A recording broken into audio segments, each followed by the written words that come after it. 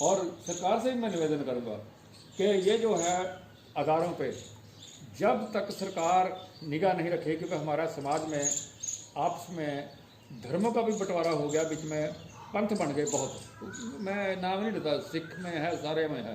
बीच में कई पंथ ऐसे बन गए, वो डिक्टेटर बन गए, वो अपने अपने उन्होंने वोटिंग के हिसाब से अपने जो उनके सेवादार हैं वो वोटिंग के हिसाब से उन्होंने इकट्ठे कर दिए, और राजनीति के लोग जो हैं ये भी उनके पास जाते हैं ताकि वोटें ले ले, तो ईमानदारी तो होगी वहाँ पे खत्म। तो वो लोग जो डिक्टेटर हैं वो अपने आप को एक महाराजे से या राजे से कम नहीं समझते, वो अपने आप को राजे ही समझते हैं, ये तो आपने देखा होगा। और इसमें हमारी भी कमी है, हम वैसे पीछे लग जाते हैं। अभी आप ये बताइए, अभी ये जो कोरोना फैला, जो बोलने वाले थे हम ऐसी बीमारियों का इलाज करते हैं वो कहाँ गए, जो बोलने वाले थे हम फूंक मार के ऐसा कर देते हैं वो कहाँ गए, जो बोलते थे कि हमारे पास हर एक जादू मंत्र का हर एक हमारा ट्रीटमेंट है वो कहाँ छुप गए। सरकार को भी चाहिए, अभी ये दड़ बट के जो बैठे हैं, चाहे वो धार्मिक आदमी है या वो जादू की इसमें आता है, अखबारों में आपके आता है, तो वो अखबारों में आता है फलाना ये कर देता है फलाना, उनको पकड़िए आप, क्यों समाज में आप फैला रहे हैं गंद को। तो अभी जो कोरोना के बाद जरूर कीजिए ऐसा काम, आप जो ये ऐसे कहते थे कि हमें यह इलाज करते हैं उनके ऊपर सख्ती कीजिए। ठीक है, उनके जो पीछे लगे हुए हैं जो चमचे या अंधविश्वासी पीछे लगे हुए हैं, थोड़ा विरोध करेंगे आपका, कोई बात नहीं, विरोध करेंगे तो करने दीजिए, लेकिन ये सरकार का भी काम है कि समाज में जब कुरीतियाँ हैं, समाज के अंदर जो अंधविश्वास है वो अगर सरकार नहीं रुक पाएगी, सरकार को पता है कि अंधविश्वास है ये फैला रहा है कोई, तो उससे पूछताछ कीजिए आप। नहीं तो ये आगे के लिए स्थिति जो है, मैं आगे भविष्यवाणी नहीं कर रहा, लेकिन मेरा आकलन ये है जो मैं अभी पीछे देख के मेरी जो लाइफ में मैंने देखा है कि 100 साल के बाद हमने आपस में ही लड़ पड़ना है। हमारे धर्म के इतने टुकड़े हो गए, अंदर अंदर अंदर अंदर इतने टुकड़े हो गए, हमारे इतने पंथ हो गए हमारे आपस में, एक से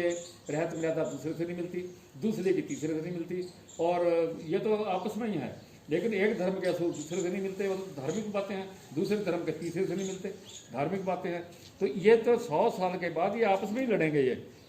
तो इसलिए 100 साल आगे का जो सोच करके अभी से कंट्रोल में जब किया जाए, ये धार्मिक स्थानों का जो बैठे हुए हैं इनका रिकॉर्ड रखिए,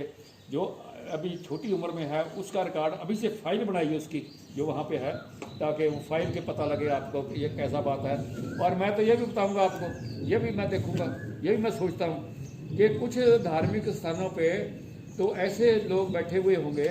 जो कि 2 नंबरी काम कर रहे हैं, सिर्फ धर्म का लबादा डाल के धर्म के स्थान का प्रचार करके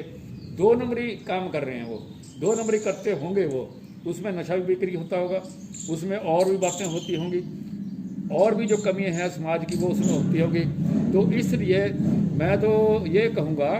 सरकार से भी ये निवेदन करूँगा, और समाज के जो समाज के अच्छे लोग हैं, जो समाज में पढ़े लिखे और अच्छे सोच के आदमी है, अच्छी पढ़े लिखे नहीं मैं बात कर रहा हूँ, अच्छी सोच के जो आदमी है, उसमें थोड़ा पढ़ा लिखा भी अच्छी सोच में हो सकता है, तो वो जो अच्छी सोच के आदमी हैं वो आगे आए,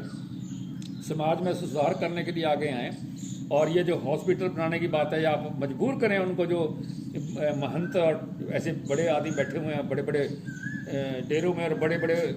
जो मठों में और बड़े बड़े गुरुद्वारों में बड़े बड़े बैठे हुए हैं जो दबा करके पैसा, उनको बोलें हॉस्पिटल बनाइए, आप स्कूल बनाइए, हॉस्पिटल बनाइए,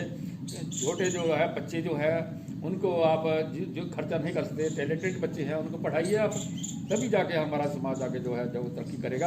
अगर हम अभी मैंने ये जो कोरोना से सीखा है और आपने भी सीखा होगा इतने दिन में, तो इसलिए पहले वाले वो हालात जो है वो नहीं चलेंगे।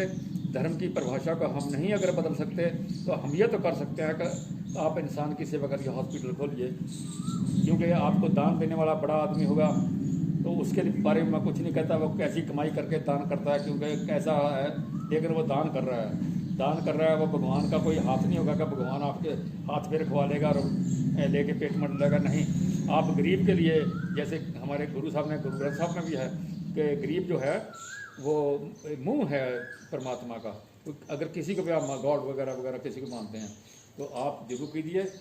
और ये मेरी निवेदन है मेरा, इस पे सोचिए, और ये नहीं कि मेरी बात को सुनकर तलखी में आके आप कमेंट्स डालने शुरू कर दें, तो मेरे को फर्क भी कुछ नहीं पड़ता, क्योंकि मैंने जो बोलना बोल दिया और मैं आगे भी बोलता रहूँगा। ये तो हमारी